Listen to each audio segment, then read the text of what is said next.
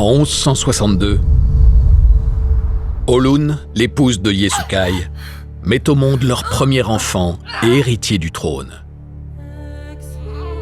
Le garçon s'appelle Temujin, un nom qu'il doit à un seigneur ennemi capturé lors d'une récente bataille. Il a volé le nom d'un ennemi pour le donner à son fils. C'est une manière de commémorer l'événement. Ce n'est pas quelque chose de spécifique à la Mongolie. S'approprier un nom est une pratique très répandue. Ce nom est un témoin de sa conquête. C'est une manière de célébrer sa victoire. Ce nom signifie poursuivant, quelqu'un qui a une vision et un objectif. Et à sa naissance, il tenait un caillot de sang dans la main droite. Ce caillot de sang qu'il tenait à la main à la naissance est un symbole de brutalité et de mort.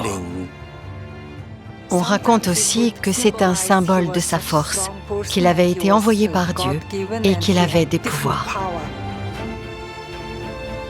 Des années plus tard, cet enfant, Temujin, sera connu sous le nom de Gengis Khan.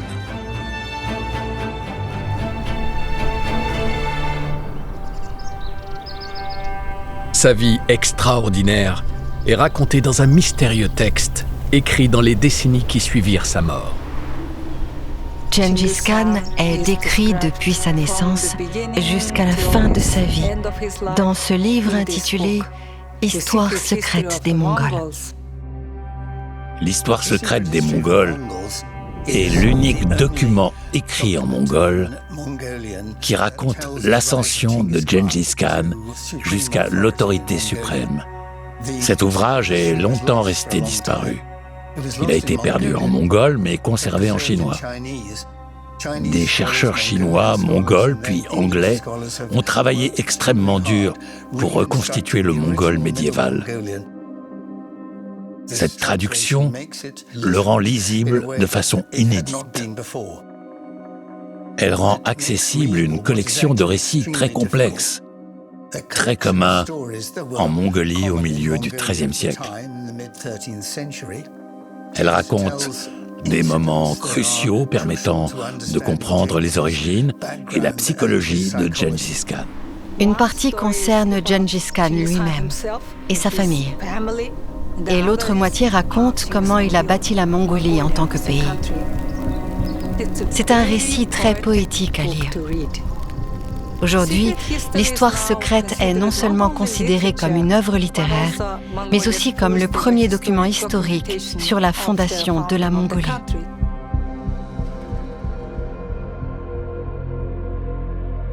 Les historiens ont d'abord décrit Gengis Khan comme un barbare sanguinaire, impitoyable dans son désir de conquête du monde. Mais dans l'histoire secrète des Mongols, il est dépeint comme un prince exilé, un seigneur sophistiqué et un fin stratège militaire. On y découvre comment un garçon nomade, né dans les steppes mongoles, devient l'un des plus grands souverains que le monde ait connu.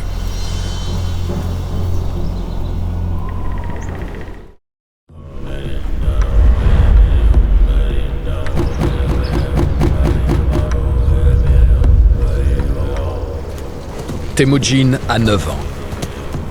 Son père l'accompagne pour lui trouver une épouse. Une femme issue d'une puissante famille noble renforcera leur dynastie. La mère de Temujin vient d'une famille prestigieuse qui a plusieurs fois fourni des épouses aux souverains mongols. Il chevauche vers sa terre natale pour lui trouver l'épouse parfaite. Avant d'atteindre leur destination, ils sont stoppés par un noble important qui leur raconte une prémonition qu'il a eue la nuit précédente. Cet homme leur dit « J'ai fait un rêve magique cette nuit.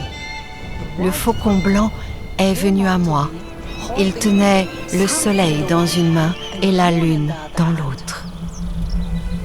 Et il s'est posé sur moi. Je vois une flamme dans les yeux de ton fils. J'ai une fille et elle a aussi cette flamme dans le regard. ça peut peut-être marcher. Ils acceptent l'offre du Seigneur et vont rencontrer sa fille. Cette fille se tiendra plus tard aux côtés de Temujin, comme sa puissante épouse. Son nom est Borté. Cet instant change la vie de Temujin à jamais. Son père conclut des fiançailles comme une sorte d'alliance en attente. Le mariage a toujours été un objectif politique et une manière très utile de trouver des alliés dans un monde régi par un système féodal. Borté avait 1 an de plus que Temujin. Et ils ont été fiancés.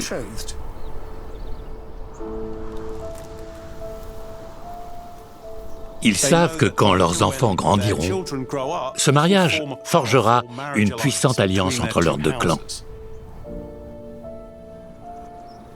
Puis Yezukai décide de laisser son fils au camp de Borté et de repartir seul. Yezukai entame donc le voyage retour vers son propre camp. Il s'arrête dans un camp tatar. Les Tatars sont les ennemis des Mongols. Et ils le reconnaissent. Dans la steppe, les membres de l'aristocratie avaient pour coutume de se recevoir mutuellement. Il y avait une certaine civilité et occasionnellement de l'hostilité. Ce sont des coutumes qui permettent de normaliser la société, même en période de relations tendues. Cela permet aux sociétés de fonctionner dans la steppe. Comme ça, quand vous voyagez et que vous arrivez dans un camp, on vous accorde l'hospitalité. Et si vous violez cette hospitalité, alors les conséquences peuvent être terribles. Yezukai Bahatur ne se rend pas compte du niveau d'animosité que ces nobles Tatars éprouvent à son encontre. Les relations étaient basées à la fois sur l'amitié et la rivalité. Ils semblent amicaux, mais Yezukai va être empoisonné par les Tatars. Il commence à se sentir mal.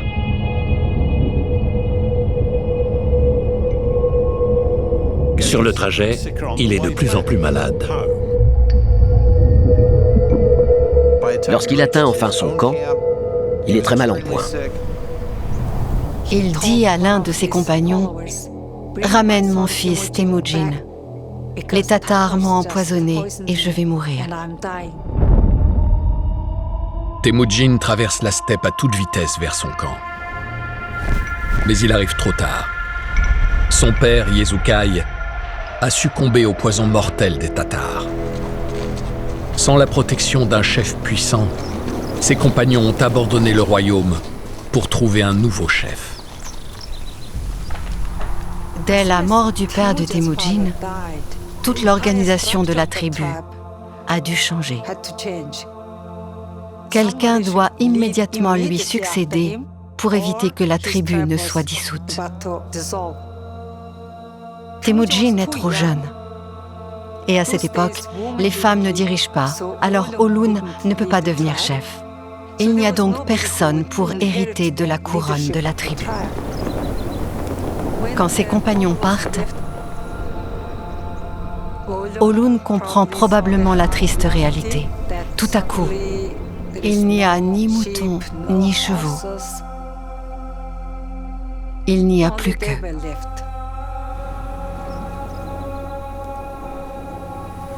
Le jeune Temujin, né prince noble, est désormais réduit à la pauvreté. Sa famille doit se battre pour sa survie dans la rude steppe mongole. Mais les chefs ennemis les surveillent. L'existence même de Temujin menace leur pouvoir.